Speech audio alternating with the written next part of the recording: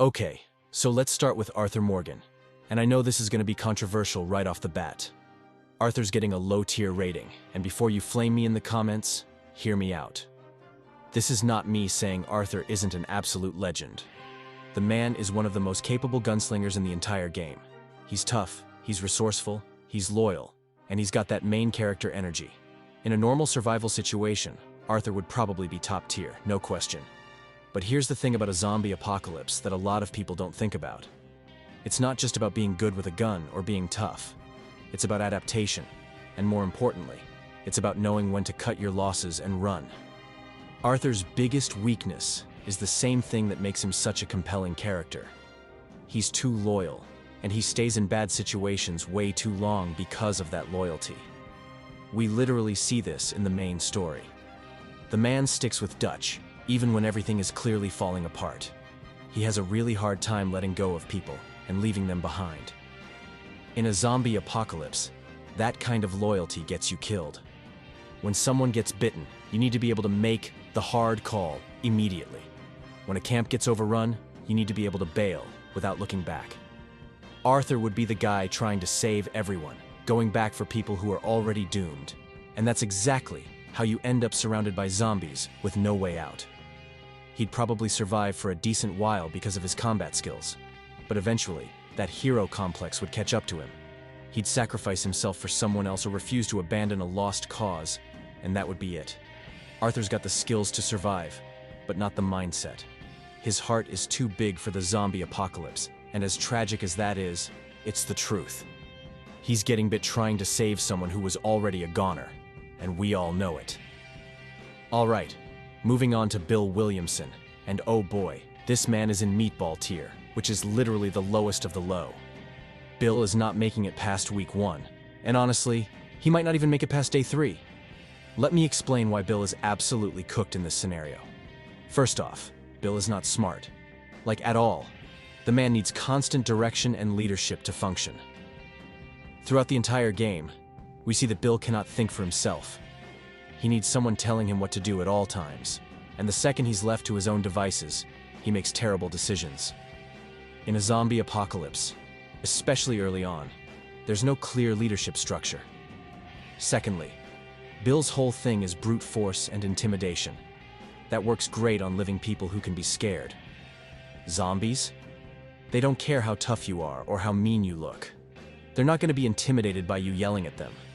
Bill's entire skill set becomes basically useless when you're fighting enemies that don't have fear or survival instincts.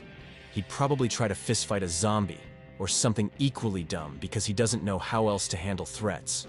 The worst part is that Bill is also incredibly paranoid and has a tendency to turn on people. In a survival situation, you need to be able to work with others and build trust.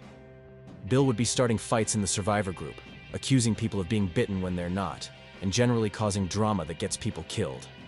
Now we get to Javier Escuella. And this is where things get interesting because Javier is a genuine toss-up. He could absolutely make it, or he could die pretty quickly.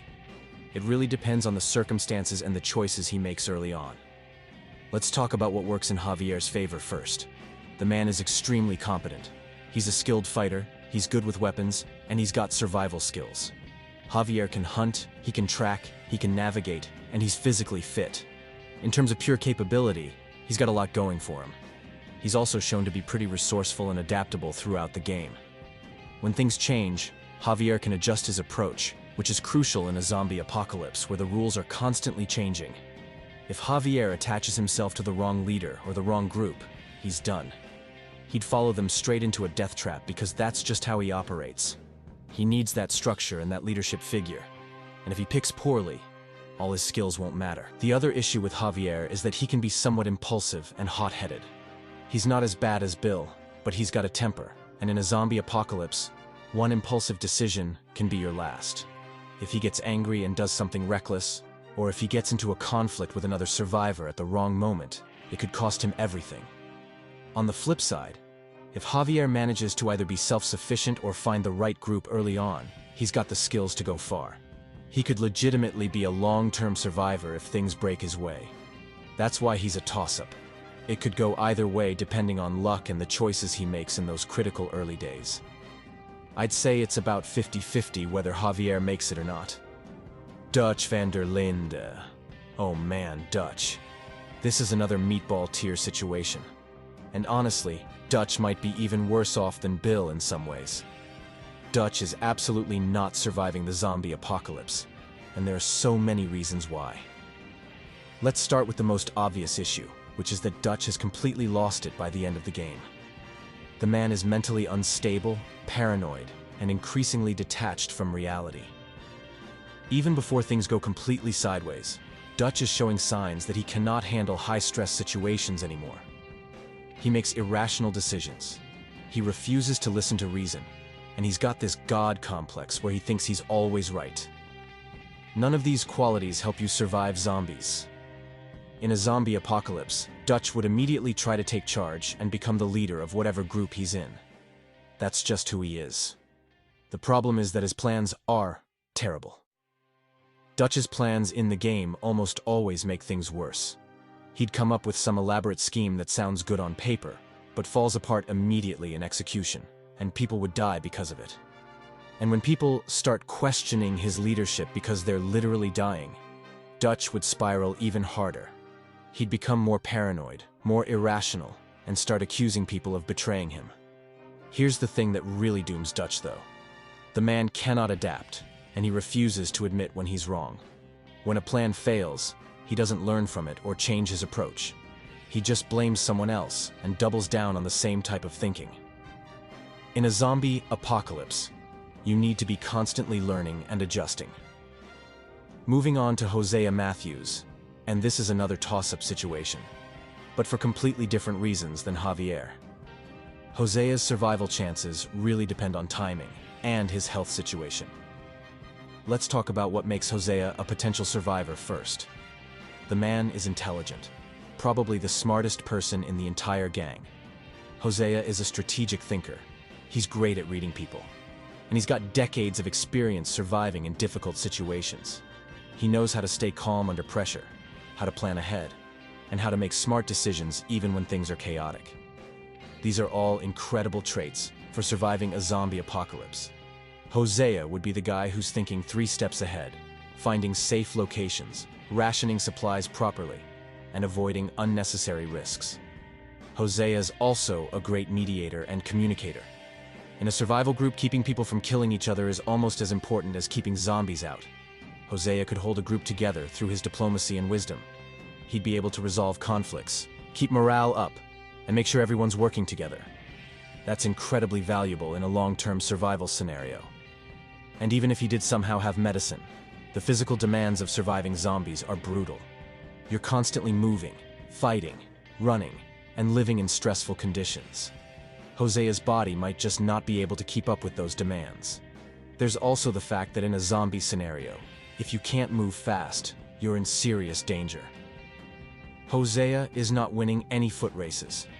If the group needs to make a quick escape, or if he gets caught in a bad situation, his lack of mobility could be fatal. Next, John Marston in strong tier. John is absolutely surviving this zombie apocalypse, and honestly we already have proof of this because he literally survived Undead Nightmare in the first game.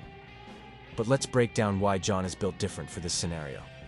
First off, John is incredibly capable in every way that matters for survival. He's an expert marksman, he's great in combat, he can hunt, he can track, and he's tough as nails. The man has survived so many situations that should have killed him. He's been shot, left for dead, attacked by wolves, and he just keeps getting back up. That kind of resilience is exactly what you need when you're facing endless waves of zombies. What really sets John apart, though, is his ability to adapt and learn. Unlike Dutch or Bill, John actually grows and changes based on his experiences. When something doesn't work, he tries something different. He's not stuck in his ways, and he's willing to do whatever it takes to survive and protect the people he cares about. That flexibility is crucial in a zombie apocalypse where the situation is constantly changing. John's also got the right priorities for survival. By the time we see him in RDR 1, he's focused on protecting his family and his home. He's not trying to be a hero for everyone. He's not chasing some grand plan. He's just trying to survive and keep his loved ones safe. That kind of focused, practical mindset is perfect for a zombie scenario. He's not going to take unnecessary risks or get involved in stupid drama. He's going to find a defensible location, secure resources, and eliminate threats efficiently. He can operate independently if he needs to, but he's also capable of being part of a group when that's the better option. He's not so paranoid that he can't trust anyone, but he's also not so naive that he'll trust the wrong people. That balance is really important for long-term survival. John's making it through the zombie apocalypse, and he'd probably be one of the people who eventually helps rebuild society afterward. Strong tier, absolutely deserved. Now we get to everyone's least favorite person, Micah Bell. And yeah, he's a toss-up. I know a lot of people want to say Micah would die immediately because we all hate him, but unfortunately, we need to be objective here, and Micah has some qualities that could actually help him survive. Let's get the obvious out of the way first. Micah is absolutely ruthless, and in a zombie apocalypse, that can actually be an advantage. The man has no moral compass whatsoever. He will do anything to survive, including betraying people, stealing, killing, whatever it takes. He's not going to have a crisis of conscience about leaving someone behind or taking supplies from others. In the brutal logic of a zombie apocalypse, that willingness to do whatever it takes can keep you alive when more moral people might hesitate and die because of it. Micah is also legitimately skilled in combat. Say what you want about him as a person, but the man can fight. He's fast, he's a good shot, and he's vicious. In a one-on-one situation or even against multiple opponents, Micah can hold his own. He's also cunning and manipulative. He's also the type who would absolutely get killed by other survivors rather than zombies. In a lawless apocalypse scenario, someone like Micah, who's constantly antagonizing people and making their lives worse, would eventually get shot in the back by someone who's had enough. The question with Micah is whether his survival skills outweigh his terrible personality. Can he stay alive through pure ruthlessness and combat ability, or will his inability to work with others and his tendency to make enemies get him killed? It honestly could go either way. He might survive for a while through sheer viciousness, but long-term, I think his inability to form genuine alliances would doom him. Or he could luck into finding a group he can successfully manipulate and use as shields while he survives. It's genuinely a coin flip with Micah, which is why he's in toss-up tier. Finally, we've got Sadie Adler in strong tier. And honestly, Sadie might be the most likely person from this entire group to survive long-term. Let me tell you why Sadie is built for the zombie apocalypse. When we first meet her, her entire life has been destroyed. Her husband is dead, her home is gone, and she's lost everything. And what does she do? She doesn't break down permanently. She doesn't give up. She gets angry, and she channels that anger into becoming one of the most dangerous people in the entire gang. That kind of resilience and ability to adapt to trauma is exactly what you need when facing zombies. Sadie is incredibly skilled in combat. She's an expert with firearms. She's fearless in a fight, and she's strategic about how she approaches dangerous situations. Unlike someone like Bill who just charges in, or Micah who's reckless, Sadie is calculated. She's aggressive when she needs to be, but she's not stupid about it. She picks her battles, she plans her attacks, and she doesn't take unnecessary risks unless the payoff is worth it. What really sets Sadie apart, though, is her emotional intelligence combined with her toughness. She's not just a fighter, she's also capable of connecting with people and building real relationships. Honestly, I could see Sadie not just surviving, but thriving.